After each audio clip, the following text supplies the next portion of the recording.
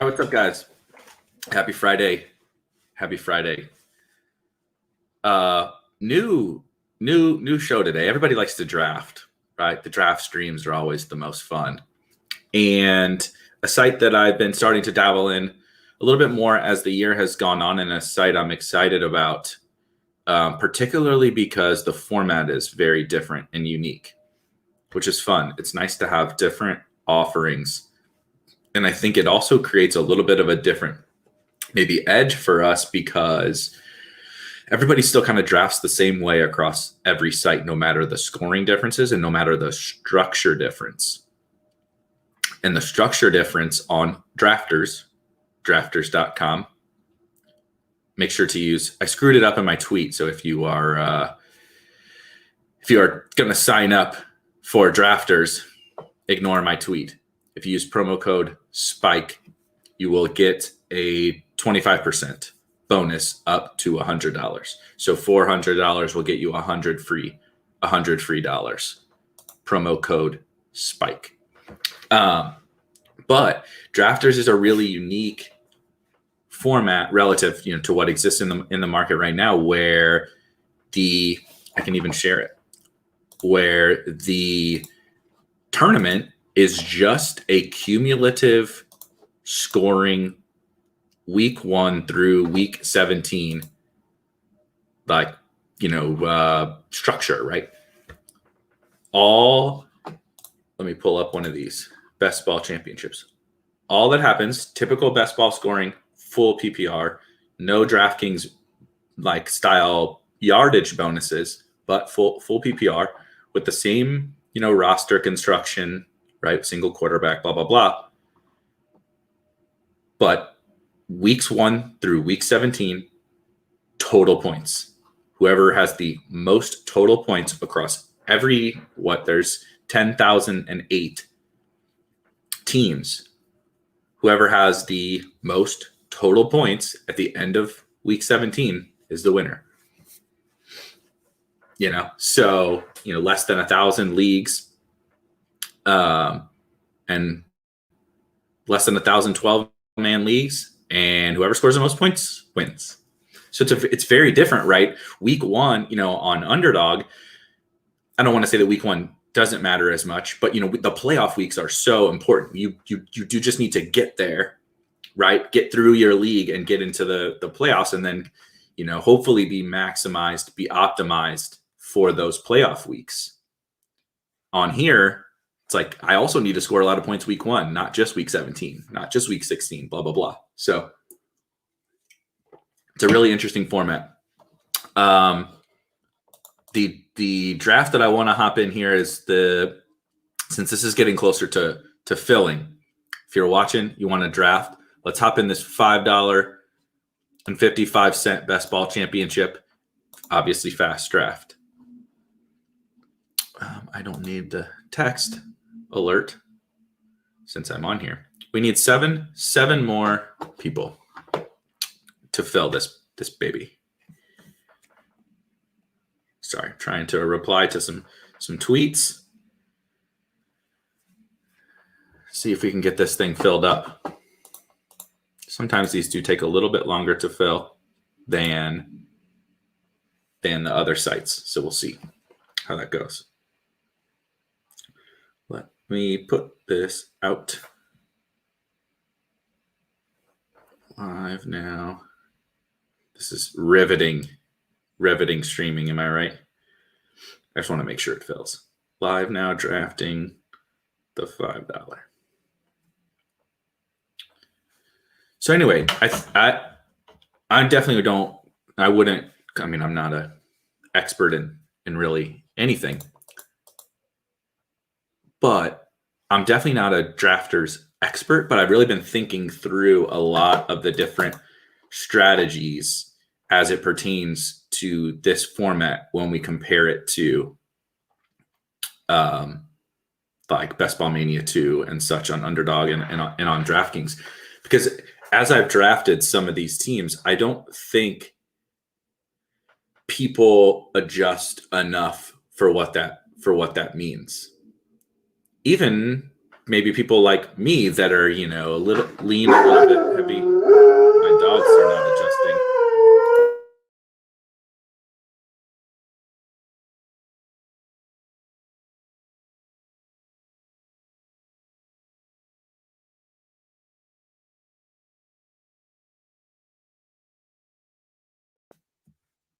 Sorry, the puppies are crazy.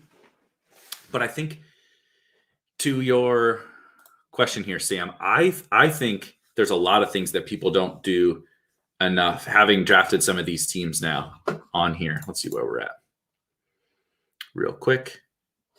6 more. Ooh, we'll see if we can fill.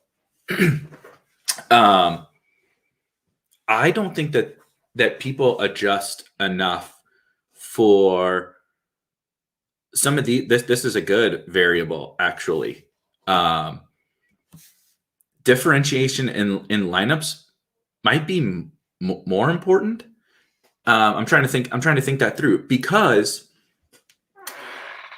if you draft the same CMC team through the first X amount of rounds in the playoff format, there's possibilities for that team to still get picked off along the way, right? Like they could just end up in a league that knocks them off, or in a playoff round that knocks them off, and you continue to advance, and you have this CMC, AJ Brown, George Kittle team that, maybe that guy screws up something later, right? You land the next Justin Jefferson and they don't. In this format, where there's none of those obstacles really to another team hitting road bumps, hitting speed bumps in these playoff level formats, right? Everybody has a shot. All 1,000, let's just easy math because it's 1,000. All 1,000 CMC teams start from week 1, accumulate points, and you compete with them the entire year. Versus a lot of those CMC teams could even be really good in Best Ball Mania 2, but just that's just what happens throughout the course of the season, and you don't ever have to see them until later, in the playoffs. CMC is a trickier example, but I like to use him because I like to think about, how do you beat the CMC teams if CMC is as good as we kind of expect him to be. We'll see. We might, let me see what the $11. The $11 is 9 of 12. We might have to pivot. To the $11. Let me see. Always a little trickier on the a little bit lesser used sites. So hopefully we'll let me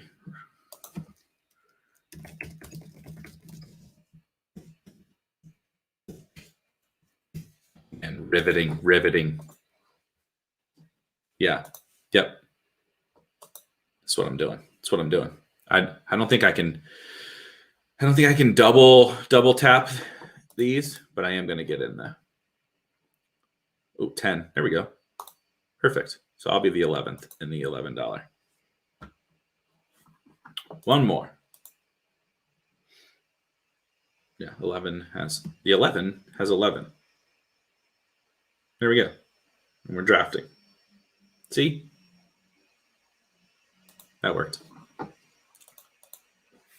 I am gonna hop out of this $5 because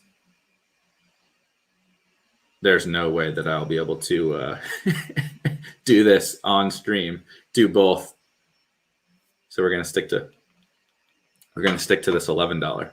I like the board, the new board. You know, this really pops, you know what I mean? The white with these different, you know, logos. I like this. Looks good. So anyway, going back a little bit too. I forgot I got to click that. Going back to this format, you know, there's other people, like I said, out there, you know, even like I just recorded a podcast with Davis Maddock. He's been a little bit more on the drafter site even than I have, but I'm trying to invest in it a little bit more moving forward, because I think there are definitely some definitive edges in specific players, but in structure, because of this fact that like you need this unique combination that maybe doesn't exist on a site like Underdog because of the cumulative scoring.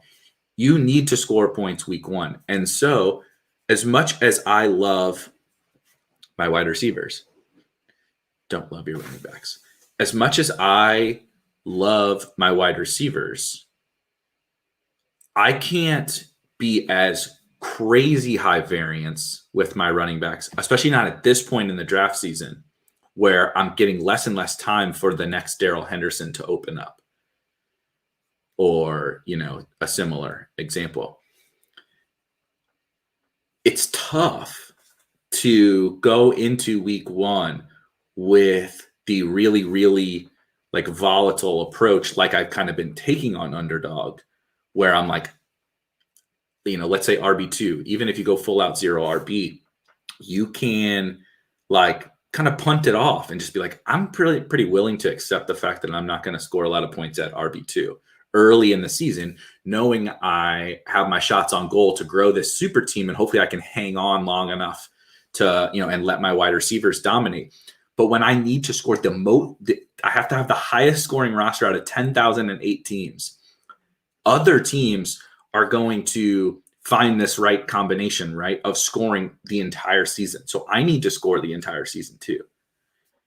But I also do need to build in the upside to be able to, as the year compounds, you know, as the year goes on, my scores start compounding because I hit this upside bet and I hit this upside bet and I hit this upside bet. Sometimes that's right. Maybe that's Tony Pollard.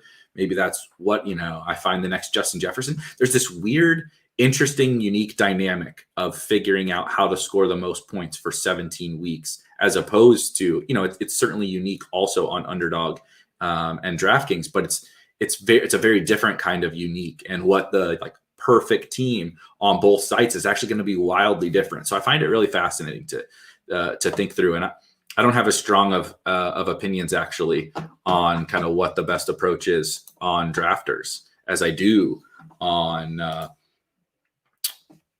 like DraftKings. We'll see what the people do here with we'll see what this room is like. I see we got Siege in here. Jay Metz I've seen from FTN.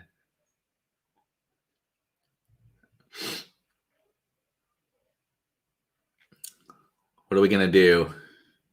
Are you gonna take my take one of my wide receivers here? The other thing about drafters is like the running backs are a little more important. Damn it. I'm going to take Tyreek, I think, here. The running backs, you know, having these early season running back scores are a touch more important, but it's like, I kind of talked about it yesterday on Twitter a little bit, that we need to push up probably in this format a few running backs, but too many running backs get pushed up even still in this format, because I can find like beyond a certain tier, and the tier is probably smaller than the market thinks. I can make up for David Montgomery's score, probably even Chris Carson's score, maybe even J.K. Dobbins' score. I can make up with later picks those guys' score, you know, maybe not exactly one for one, but if I, if I have James White and Nyheim Hines and Giovanni Bernard, maybe Gus Edwards, Jamal Williams, whatever. If I hit the right combination of those guys, I can make up for the lesser top tier running back scores. But it's tougher to make up for whoever are, the elite top level scores, because they're going to be the top scorers in the league. So it's this interesting dynamic of combining those things. Of course, Antonio Gibson goes. I think I'm a little frozen here on my screen. I'm gonna take AJ Brown. Close a couple things here. I want to kind of press my wide receiver advantage and see what the room does. And I just spent the last however amount of time talking about how the format is a little different, and then I started with my wide receivers. But I kind of want to see. I actually don't love CEH with Tyreek and Kelsey. I don't. It's okay, but when I'm trying to, in this format, I'm trying to find, in all formats, but I think especially in this one where I need literally the top total score. When I'm spending the early round running back draft capital, I need the legendary year, maybe even more so than in the other formats, because I need to score the most points, not just win my league and then win in the playoffs. And so drafting the running back with one of the pass catchers on his, with one of the receivers on his team, I'm a little less into. And so I could have taken JT.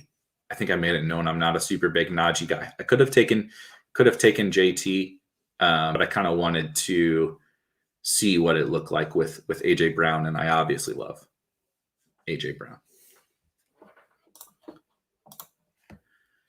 But spreading bye weeks is probably more important here. I joke a lot about the bye weeks on like Underdog and DraftKings, but I do think it is a little more important. I don't think you need to go overboard. Like there's going to be a lot of teams that struggle with week 7. Week 7 is like, the landmine for everybody. And so, you just have to understand that, like, if the guys you need for this season are week 7 players, if those are the league winners, like avoiding them just because you're trying to spread out your buys isn't necessarily correct. But like, there is a little bit more of, okay, I do need to score the most points. I can't give away too many points in week 7. So it's a weird kind of combination of things.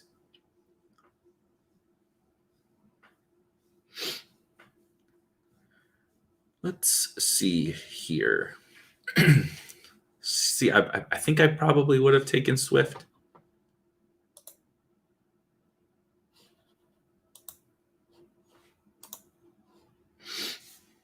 Yeah, I freeze up a little bit when I get on the clock, it looks like. Freeze up a little bit when I get on the clock. It is a fun start. Corey, I think this is a fair point.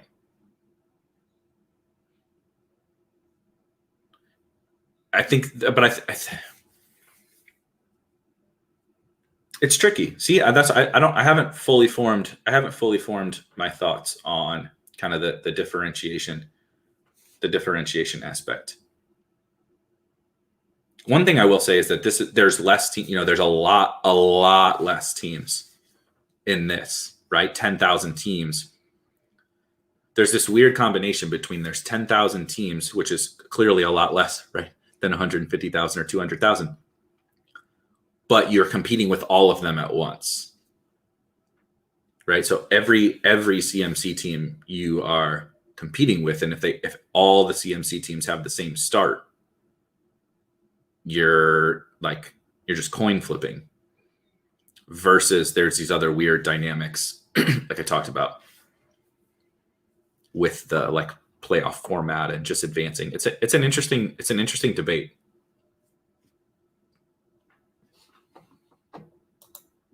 overall, I will say in this format, it's just a lot smaller field, and it's 20 rounds. So there's extra kind of differentiation aspects to that. And I think I want to be just taking like who are my best players, right? Who is my best projected player?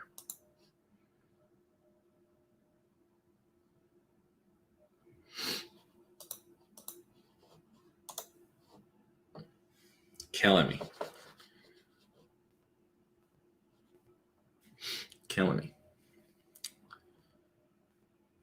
Trying to see if I can. So yeah, this is I start the show talking about how the format is so different.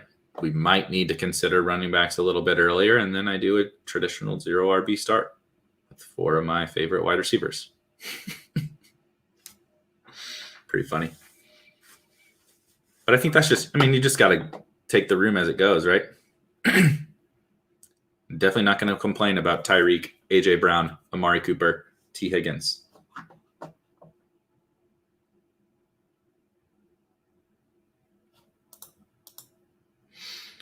It's a smaller field, but are you ever competing against a field this big in underdog, or week to week your competition pool is smaller? So your competition pool is always smaller on underdog. It's just there are more overall teams and thus more good teams, when you get to the playoffs. Yeah. I think this is, I'll probably hone in on my thoughts a little bit more, because you can definitely make a case for both sides. So you're always competing against all 10,000 teams. Like from the first snap of week 1 through week 17 on drafters, you're competing against all those, right? So you're competing against 1,000 CMC teams. You're not competing against any CMC teams through the regular season in your league. What does happen, however, so it's possible. There's ways for the variance of the season to allow you to not compete with very many other CMC teams, even though he is the guy that you wanted to have, right? Because you're still only playing against less than 20 or less than, you eventually get to 115 teams. So you're still never competing against that many teams. However, the flip side also exists where the contest is so big on underdog and on DraftKings, 150 to 200,000 people, that if CMC is the guy that you need to have, you eventually are competing against, less total CMC teams at any stop, right?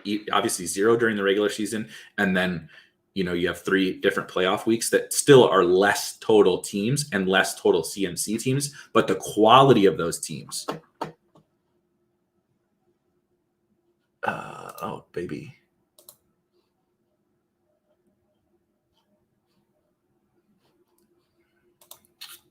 Well, this is rough.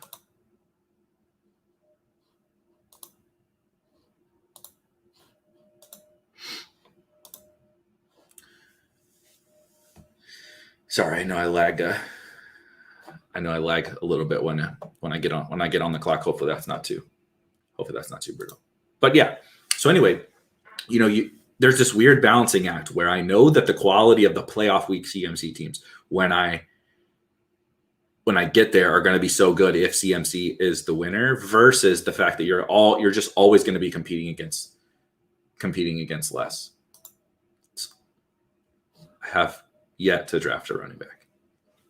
Shocker. I really like Kyler, by the way, on here. He goes after, Kyler's one of my, if you go to specweek.com and you go to draft guides, I have core picks for every site. Kind of some guys I've honed in on each site, whether it be because of the scoring, but typically because of, I think they're a value on that site. And Kyler's kind of a perfect example. He actually goes after, he goes as the QB4 on here, which I think is probably pretty bad. And I think that the cumulative scoring is really good for guys like Kyler and good for the elite quarterbacks. So, if you have the QB1 and he's running and having a smash season, he's really compounding your edge at quarterback.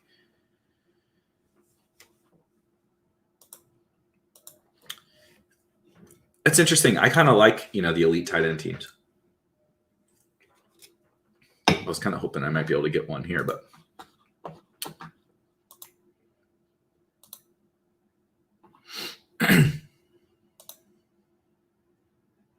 got a couple guys I like here, though.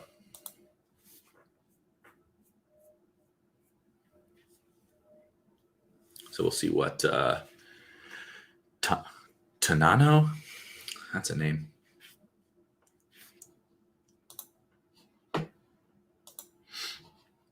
Love me some mid 6th round Robbie. Doesn't exist on Underdog. And I really, really like Robbie on PPR here, which is really funny because we were just a year removed from Robbie being kind of the downfield flyer, big play, touchdown guy, which you probably think you would like on like Underdog a little bit better. And now he's this high volume PPR monster. But love the Panthers. I think it's Rich Rebar, Lord Greaves. I think he posted a tweet in replies on one of his conversations that was something along the lines of, imagine leaving a draft without one of the Panthers wide receivers. And that's kind of how I feel too. Like if I don't have a Panthers wide receiver, I feel naked leaving a draft. And like, I like to have if the QB room gets away from me, and I want to have a lot of Darnold, but also just in case something happens at quarterback, having the ability to take Darnold late, I think is really valuable. I also like it with Kyler here now. Like if I want to just, I'm going to need to smash some running backs here, at a certain point. And I might need to take 3 tight ends. Being able to take a late quarterback and still have them stacked is nice, I think. See, this is the point where I struggle, where it makes some sense to detour, but the wide receivers are still so good. And I don't love. Yeah. What do you think about pushing, Marshall's really, really risen on Underdog, but I'm still trying to take him. He's risen on all sites, but as he should. Yeah. Right. He's probably not going to be, exactly Justin Jefferson. We always try to comp, right? We're always trying to find this year's Stephon Diggs or this year's Justin Jefferson. He's probably not going to be that, but I think he very much has very, very much in his range of outcomes to be the league winner, which is that's really what we're looking for, right? You don't need 1,500 yards to be the league winner necessarily. I definitely don't want 4 because I really need those other spots. I really, really need those other spots to stack up points because I have to hit the nuts, right? I think 3 quarterbacks is fine, but 4, I don't know.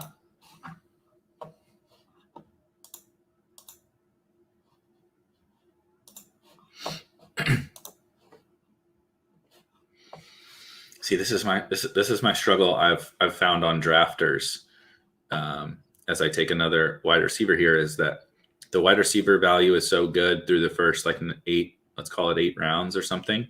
Like I love these guys.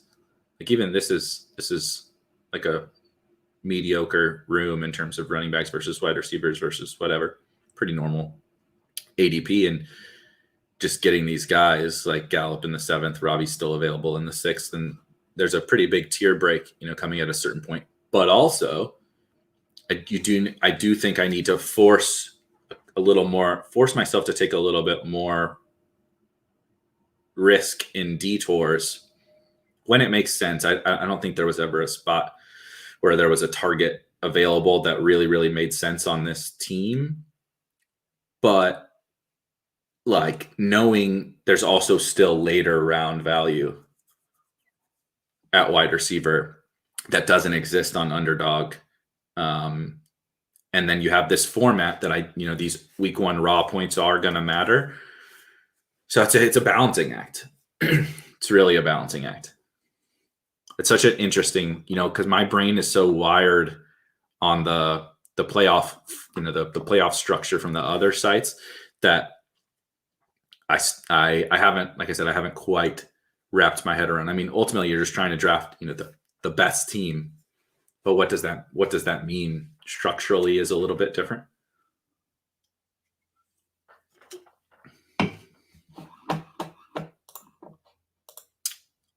It's nice to not have to worry about Yeah, I still want to stack, but you don't have to force it as much.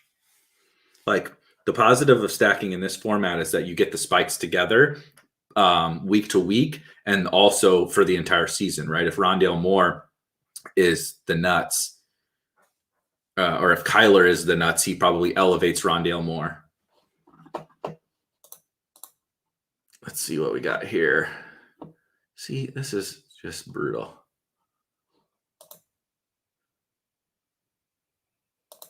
Eighth round. I got to add Waddle to the queue because he's the best available player. And Waddle it is. So funny how I keep freezing. Oh, no. Okay, we're good. Draining my drafters. You're draining my system. Killing me.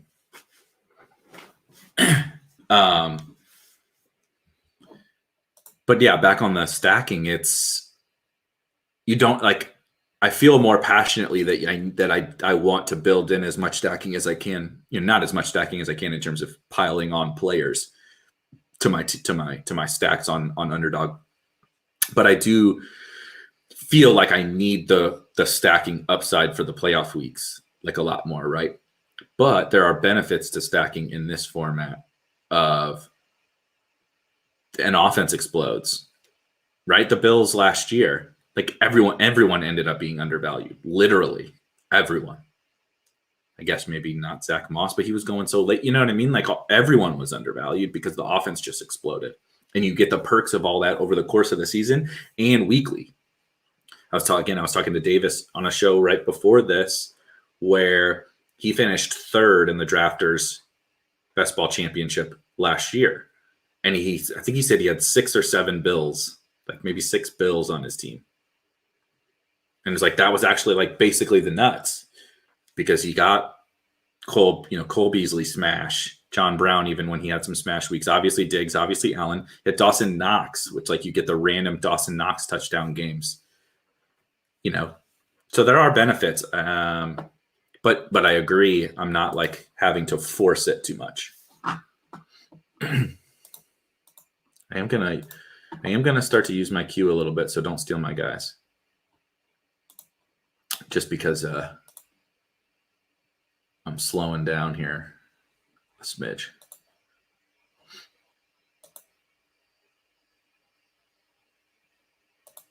Seven wide receivers, 0 running backs, 1 quarterback through 8 rounds. Sounds about right for me. One thing I want to, I wish I could show a little bit more of the queue, but yeah, it is. It's very interesting. And I'm not saying,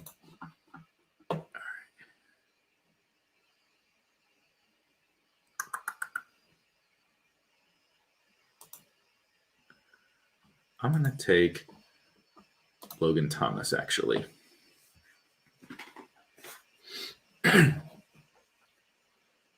Going to take Logan Thomas. I think a running back detour was reasonable too, but I'm pretty bullish on Logan Thomas, actually. And again, in this format, like Logan Thomas is going to play every snap in week 1. And if he stays healthy, like, is he going to beat Kelsey? Absolutely not. But I think I can beat Kelsey teams with what Logan Thomas can provide me over the course of the entire season. You can, like I said, I'm definitely not the drafters expert. You're seeing me experiment in real time and talk through things in real time, and my opinions will change and blah, blah, blah. But like I like on like Underdog and stuff, like the 3 punt tight end concept, because, we're playing for, just the structure is very different, right? I don't need to hit the stone nuts even during the regular season. Like if Donald Parham explodes in the playoffs, right? That can be very beneficial for me. If these guys just kind of ping pong okay scores, I can get by. But here, like I just you need a requisite number of points right out of the gate, and you need them all year. That it's just very interesting.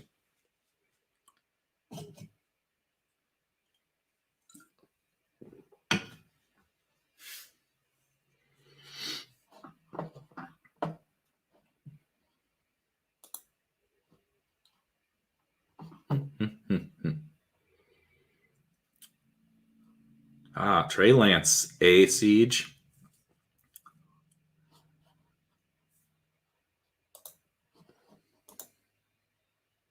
I'm pretty cool with Zach Moss, actually. I thought it was going to get worse. I was hoping for AJ Dillon, but I'm very cool with Zach Moss as RB1 here on this 0 RB team. And that's, so I didn't take a detour for a running back until now. But knowing kind of, the draft environment, the draft market, knowing that there are going to be some values a little bit later, or at least values, relatively speaking, of what I think are values. Taking the detour for the elite quarterback and the, anchor tight end, I guess we can call Logan Thomas being an anchor tight end, helps me structurally because now I can only take 2 tight ends if I want. I'm obviously only taking 2 quarterbacks with Kyler.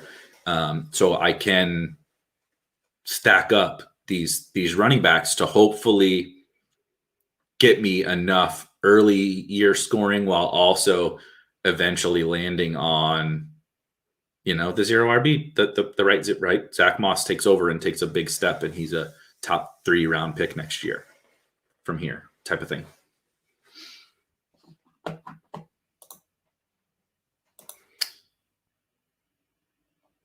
Yeah.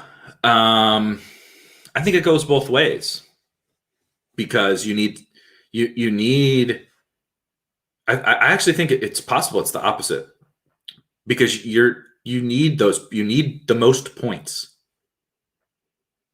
And if you don't have one of the elite tight ends, how are you matching Kelsey's points or Kittle's points or Waller's points or Pitt's points? Like Mike Leone always puts it, you can't manufacture that floor really from specifically Kelsey. I think it might elevate Kelsey even more in this format. We could maybe have a discussion about Waller and Kittle and Pitts and Andrews and Hawkinson and stuff, but Kelsey is an interesting case. Yeah, the 2v2s are it's very, very interesting to me. Sorry, clicked the wrong comment. 2v2s.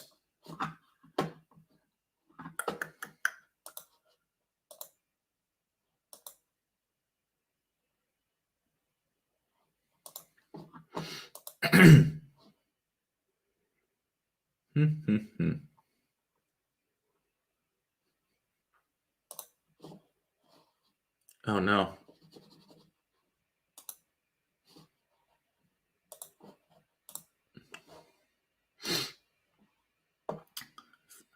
Freezing up on me a little bit there, but I got Kenyon Drake added to the queue, so we got lucky.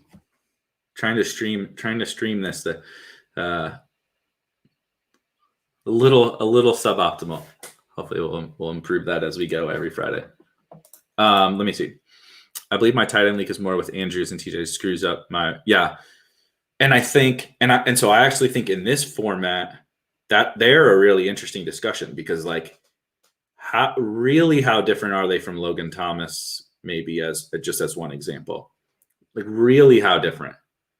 But I like Logan Thomas doesn't have the upside, in my opinion, that these guys do. Logan Thomas has upside, and I just took Logan Thomas, but like Hawkinson has the like he's Darren Waller, in his range. And I guess Mark Andrews has. He's George Kittle, basically, just like the super efficient player. But I don't think Logan Thomas has that in the cards. But Logan Thomas brings you a floor. And, Logan Thomas comes in a tier where you're not like with Andrews and Hawkinson, you're sacrificing like what, these fifth round, the elite quarterbacks, right? I took Robbie Anderson in the sixth round. I think the Titans were gone before Robbie anyway. But, sometimes you're sacrificing like really good wide receivers. You're sacrificing fairly decent, like, the ETNs and Darrell Hendersons of the world, so I think that's why it's not even necessarily Andrews and Hawkinson. It's what goes around them that hurts.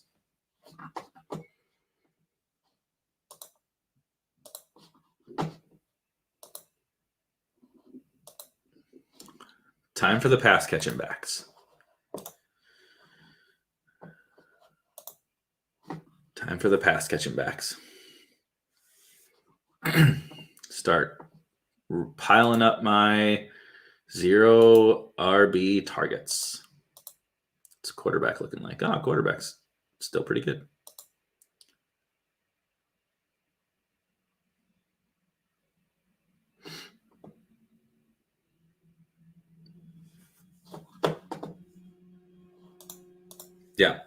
Yeah. I think we talked. We walked through it together. We figured it out together.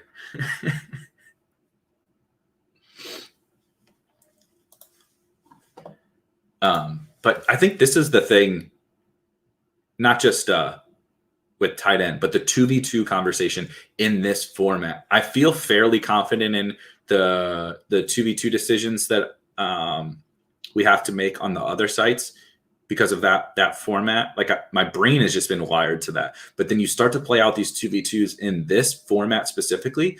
And at first you're just like, oh no, give me the elite tight end Hawkinson plus whatever in the 9th or 10th round. Yeah, I prefer that. But then you really start to think through how it applies to this structure, this format, this scoring format, playoff format, tournament format, whatever you want to call it. You really start to think through those 2v2s, and they're actually a lot more fascinating than you think. So that's the game I'm like constantly always playing in this on drafters, is thinking through like the 2v2 basically, and that's why I like the Kyler.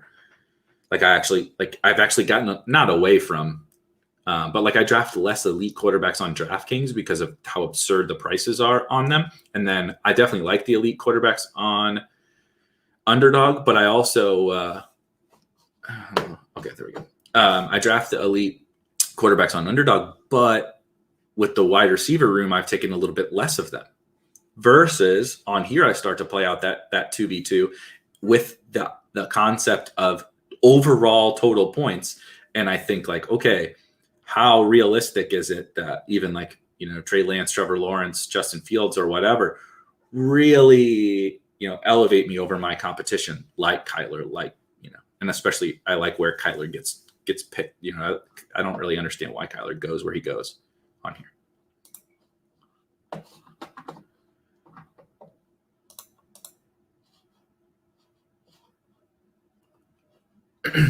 Can't believe I didn't see this before. I was trying to show the board in a little bit more of the queue. Still sitting pretty, I think. It's unfortunate because Devin Singletary is such a good target for these teams, but I have Zach Moss, and I don't personally want to. I'm going to take Jamal. Racking up my scrubby running backs, but like that, all these guys have some contingent value for sure. Maybe not Hines, but like Drake obviously has contingent value. Zach Moss has contingent value. Jamal Williams has contingent value, but they also have roles right out of the gate too.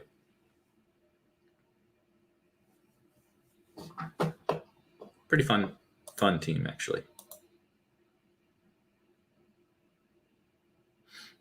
Let's see.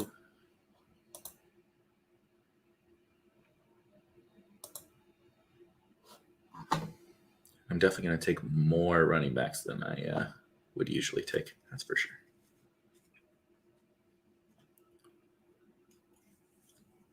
I'll be really interested to see what is most successful on drafters in this format, because we can easily tell ourselves stories about upside guys or structures or whatever on the other sites because of the playoff weeks. Like, at the end of the day, the entire conversation is, how are you winning? How are you getting to week 17? And then how are you winning in week 17? And this is like, I got to stack wins up every single week with every single pick, and it's much more difficult. Gosh. We just talked about, I'm going to take Gio over James White. I haven't posted it yet, but when I get Davis and I's pod up, we talked quite a bit about Giovanni Bernard and a little bit about James White. But I'm definitely trying to buy Gio. I've come around on James White. I was a little too harsh on James White. I like him. Good pick. I really like him in this format. A little less on underdog, but I like him here in this format, and I like him on DraftKings. But I think I actually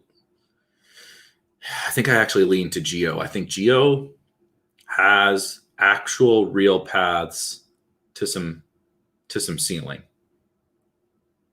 And James White, it's not that he doesn't have paths to a ceiling, but I think Gio basically has paths to take over a little more of his backfield. Like, James White is James White. He's never taking over all the snaps.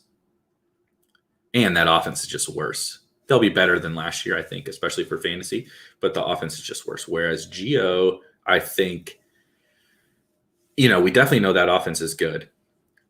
And, they almost cut Fournette last year, and Rojo hasn't exactly earned a lot of confidence from the coaches. And then they brought Gio in, that I think it's at least possible that Gio kind of elevates to more of that backfield than we think. I'm not saying that I expect that that's going to happen, but I think it's very much possible.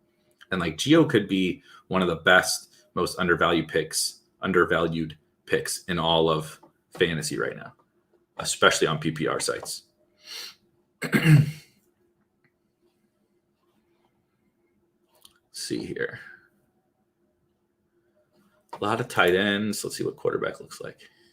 Okay, we're getting to the basement of tight end.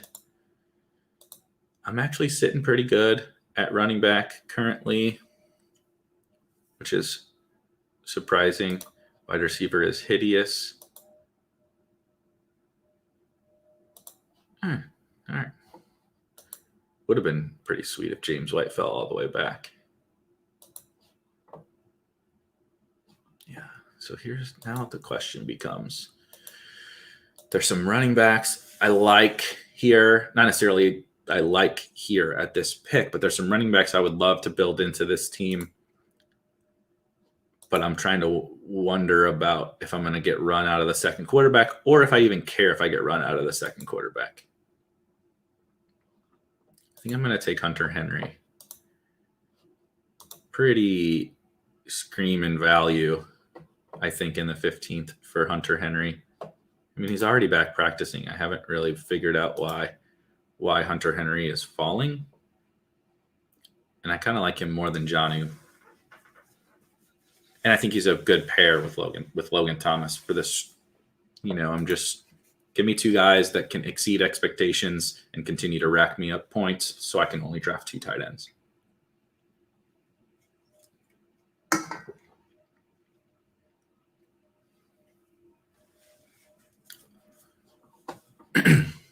Very fun thought experiments on this site.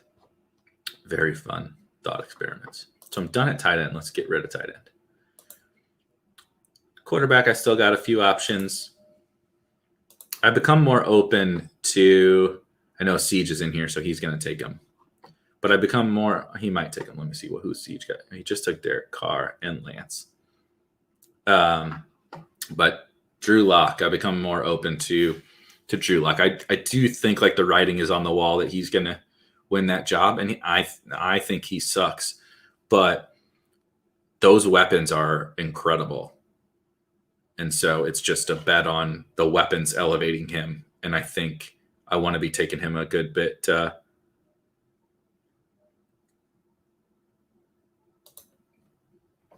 want to be taking, sorry, got distracted. So this is such an interesting point of the draft.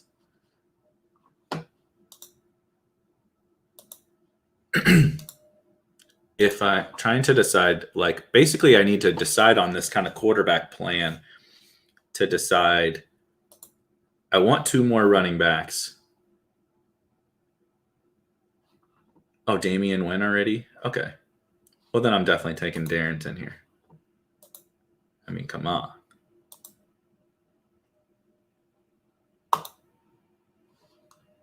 Obviously wasn't going to go on a stream with a 0 running back team and not take Darrington. I do like Gainwell a little bit too in this format. Got some first team snaps last night. I think he looks pretty good.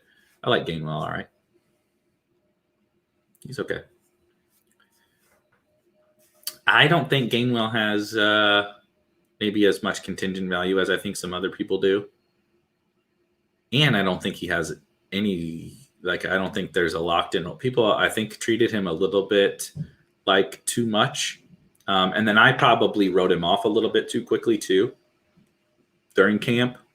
But I think we're too polarized on Kenny Gainwell. I think he's okay. If he was a fun college football DFS player, play though, if you played college football DFS, Gainwell was the man. Still got some quarterbacks. Running backs getting pretty too bad now. Darrington's kind of a tier break for me. Oh, yeah, don't need tight end. So we're going to have 4 picks left. Going to take 1. Yeah, so probably 2792. 2792.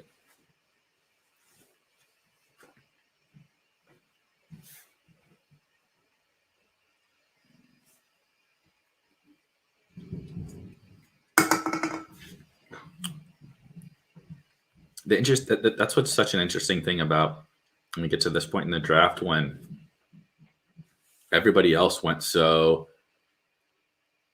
early running back heavy, and I went, see, and now I can take Gainwell, which is pretty sweet. This worked out. I really like this team, actually. all kinds of contingent value with fairly built-in floors. Like, even I don't think people even quite understand that Darrington has an early season role, actually, in my opinion. He's got to be healthy first, so let's knock on wood there. But I think he's going to play on passing downs, even right out of the gate, which is not much of a role, but at least being on the field, like, he's probably not going to score 0 fantasy points, right? And if you stumble into some good game script or something like that, same thing, like Gainwell. And then these guys have contingent values. So I got my 7 shots, right? Got my 2, like, pretty much just passing down backs, and like kind of a bunch of contingent value and a little bit of standalone value of this combination of all those guys to hopefully make up for the fact that I don't have any high-end quality running backs. Love your wide receivers. Did you consider drafting better running backs? I rewatched that Denny Carter bit again this morning. Just so good. We'll see what they do to me at quarterback here. But I think being open, you feel less pressured at quarterback if you're open to, like, the Drew Lock or Taysom, or if you prefer Jameis, or if you prefer Teddy, I guess, but being open, like, if we knew if we knew who was starting in both of those situations, they would not be going where they're going. And so I kind of like taking shots on them, although there's a better pick here, of course. I mean, pick 210. Pick 210 for Darnold. Come on, guys. Come on. What are we doing here? All right, so now it's wide receiver time. And this is where it gets gross. Don't draft my guys, but I'm going to start adding him to the queue. Holy cow. Holy cow. That's bad. See, and this is a reason for 0 RB, hero RB. I just drafted Kenny Gainwell and a quarterback that's usable. I mean, at Darnold, I wouldn't be counting on Darnold in the 17th or 18th round. But there are usable quarterbacks back there, especially if you paired them with a little bit better quarterback. There are running backs back here, like a bunch. I mean, again, Gainwell, Darrington, Damian Williams goes really late on here. Tevin, right? There's a lot of these running backs that are usable back here or have upside. Meanwhile, we're looking at Amari Rodgers and Josh Reynolds, Denzel Mims, Kadarius Toney, Travis Fulgham, who's now the backup. Tim Patrick is a backup. We're looking at there's no upside here in these wide receivers. So while I want to be open to the appropriate detours, and it's full PPR, so wide receivers have even more power. We still have to be smart about how we take, so being open to 0 RB, also being open to the appropriate detours.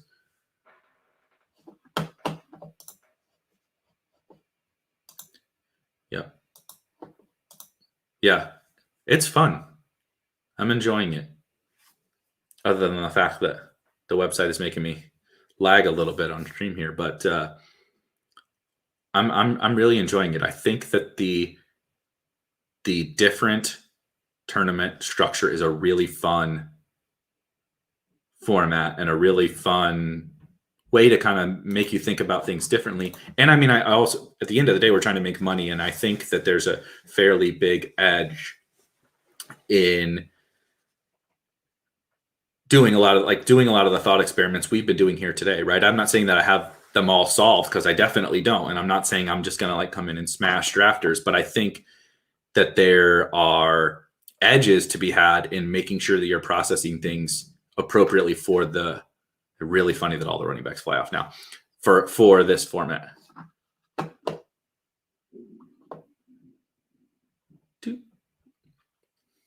I should have been prepared here.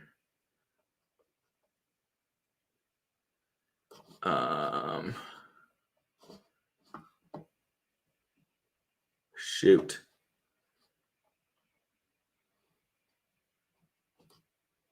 I need to just add somebody here.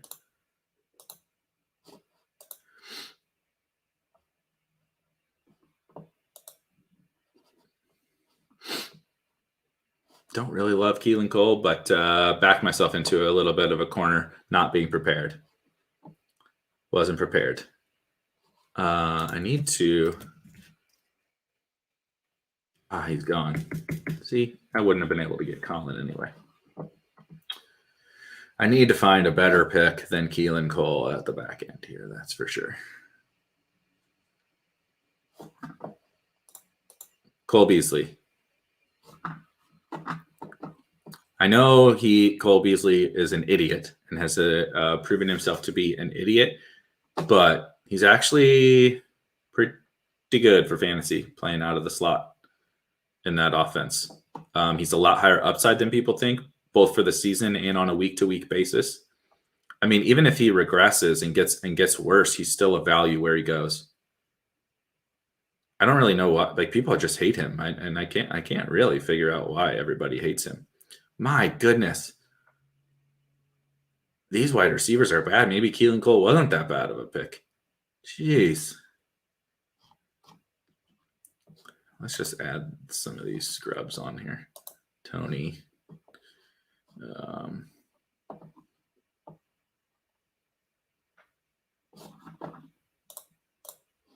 Yeah, I the running back lovers will tell you that it won't work.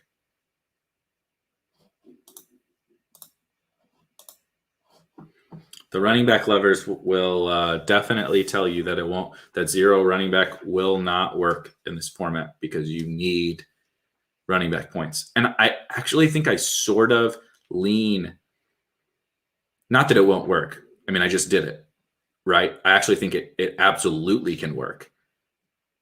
But I would lean probably more towards hero, maybe even like double RB if I absolutely could build the team that I want. But it would be like it has to be with the right running backs. It has to be with the right running backs, not just any running back. And that's the problem is people will take just like any running back because they think they need running backs. And you need the elite, you need the guys that have the upside to be in the top couple, right? Basically, you need the guys that upside to come close to CMC. And so if your running backs don't have any of that level of upside, forcing them in the early rounds when you can dominate the wide receiver room or have an elite quarterback or elite tight end or whatever is actually probably really bad in this format because you're not gaining anything. Like you might think, oh baby, we got a running back guy. Insert Denny Carter video.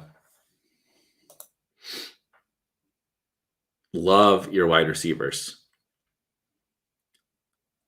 Little worried about your running backs. Did you consider spending an earlier round pick on a running back? So the funny thing about this, I mean, gosh, the reactions to the zero running back teams are so funny.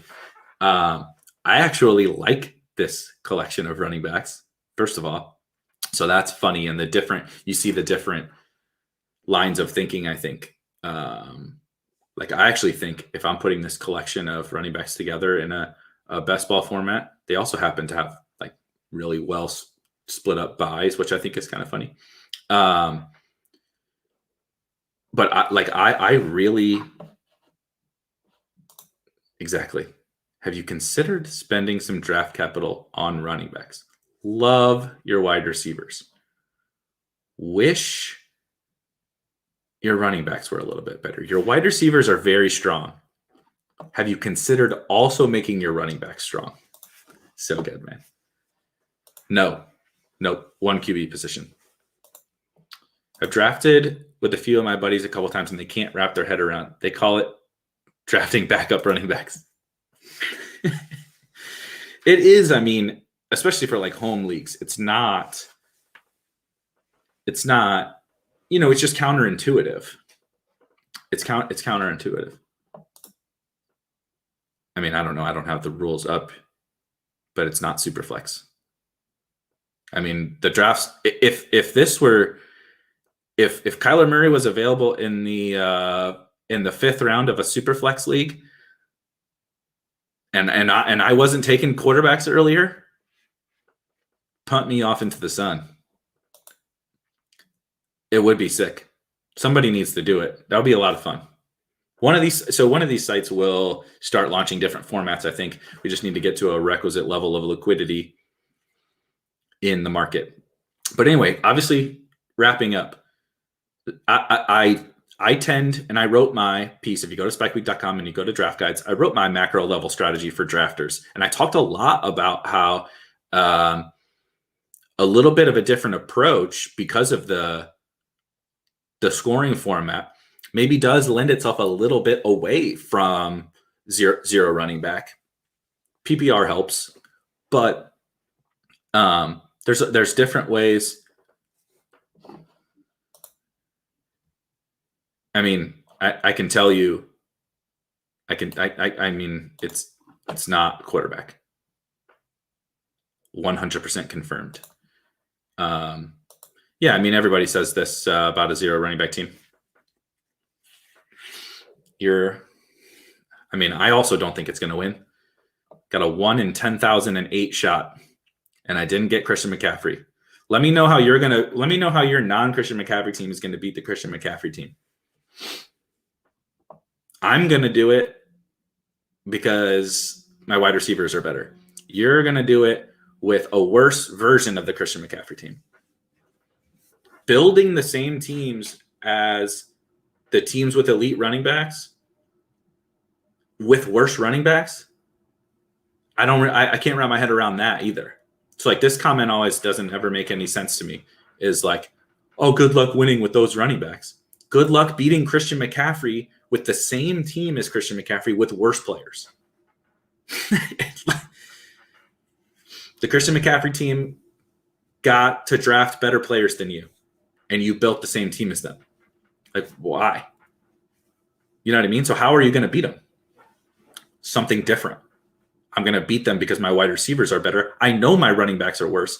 I need running backs to close the gap, right? Whether it just be the pass catchers' weeks are all coming together, right? Or I hit the lottery ticket and Derrick Henry gets hurt and I have Darrington Evans. And so now I'm beating you. Now I'm catching up to you at running back, and I'm beating you at wide receiver, and I have Kyler Murray. You have to take some sort of path that is different in order to win one of these tournaments. And I understand. I was literally sitting here preaching that I'm not sold that 0 RB is the best route to take in this tournament. I'm not sold that it is, but I also think it's viable. And I think people that just write it off because they don't like how the running backs look, it's just we're just being silly. I don't like how your team looks compared to the Christian McCaffrey team. I don't like how your Austin Eckler team looks compared to Christian McCaffrey. You know what I mean? So that's the big thing. What angle are you taking to beat the teams that are better than yours? I had to take some angle. So anyway, that is that. Obviously, a 0 running back team. I'm happy with this team. No, I have, early in the draft season, I wasn't able to get teams that I liked on stream. So this has been kind of funny. There was actually some value that fell to me. Wide receivers are pretty loaded, and even got some of the running backs I wanted with Kyler. So worked out well. Every Friday moving forward, be doing drafts on drafters up until the season. Hopefully, even when we get into the season, we'll have some in-season contests to be able to play.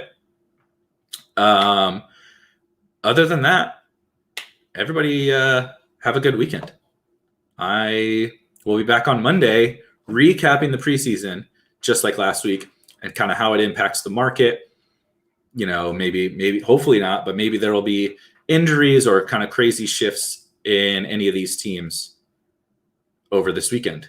But I'll be back this same time, 12 p.m. Eastern, 11 a.m. Central on Monday to recap the weekend. Catch y'all later.